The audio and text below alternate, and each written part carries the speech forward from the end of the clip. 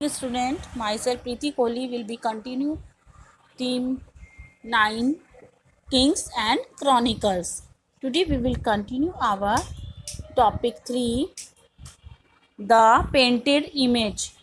As we read in the previous section, painters too were involved in the production of Mughal manuscripts.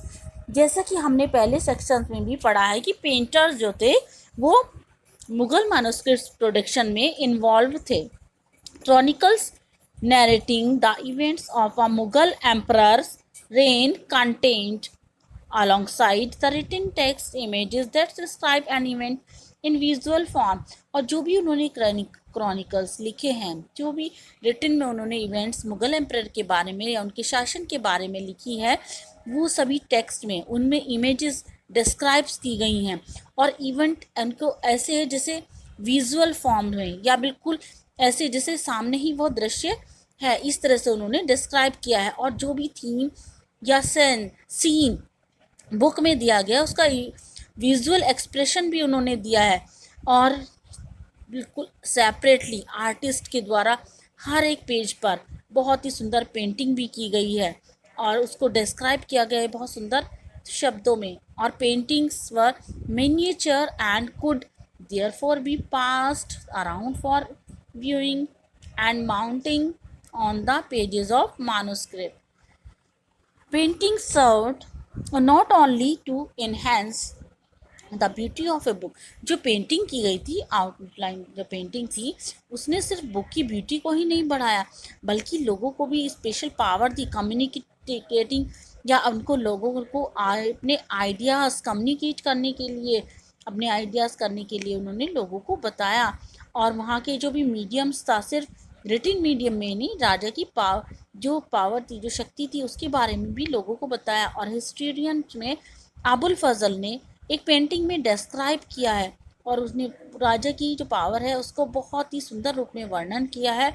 और object if they process life, उन्होंने एक object के रूप में, एक life के रूप में उसको डिस्क्राइब किया है. द प्रोडक्शन ऑफ पेंटिंग, जो भी पेंटिंग का प्रोडक्शन था वो एक एम्परर के रूप में या शासक के रूप में वहाँ पर उन लोगों के द्वारा किया गया. और लोग सिर्फ वहाँ पर सिर्फ उनकी टेंशन सिर्फ रूलर और उनके रिप्रेजेंटेटिव तक ही नहीं थी, उसके साथ जो मुस्लिम ऑर्थोडॉक्स थी या उनके मुस्लिम उलेमा जो थे, जो रूढ़िवादी उलेमा थे, वो भी उनकी टेंशन्स बने हुए थे. और इस तरह से उन्होंने कुरान एज वेल हदीस और बहुत सारी इंसिडेंट्स को प्रॉफिट मोहम्मद के द्वारा जो इंसिडेंट्स होती उनकी लाइफ में, उनको भी उन्होंने डिस्क्राइब किया है. और इस तरह से जो लिविंग बींग्स हैं, जो उन्होंने नेचुरलिस्टिक मैनर के रूप में वहाँ पर सजेस्ट किया है और एक अप्रोप्रिएट और उचित पावर को वहाँ पर क्रिएट किया है.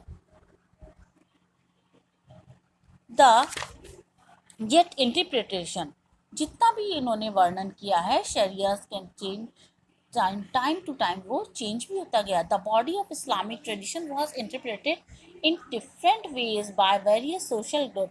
जो भी बॉडी थी वहाँ पर इस्लामिक परंपरा की, वो डिफरेंट ग्रुप्स के रूप में चेंज भी होती रही.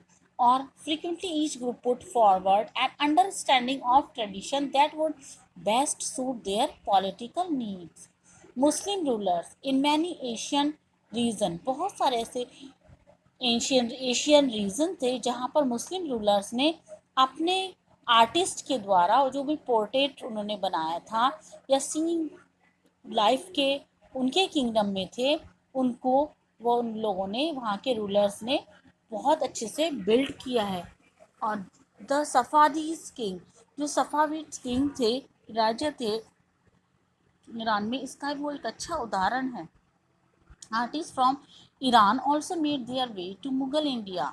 आर्टिस्ट जो ईरान से थे वो मुगल इंडिया के तरीके भी उनको आते थे. सम और brought to the Mughal court, कुछ उनमें से मुगल कोर्ट में लाए गए. मिस्टर सैयद अली अब्दुल समद, जो कि एम्परर हुमायूं के टाइम पर दिल्ली में था और उसने माइग्रेट कर लिया था, उस मौका पाकर अपनी प्रेस्टीज को खोजने की या उसको जीतने की कोशिश की.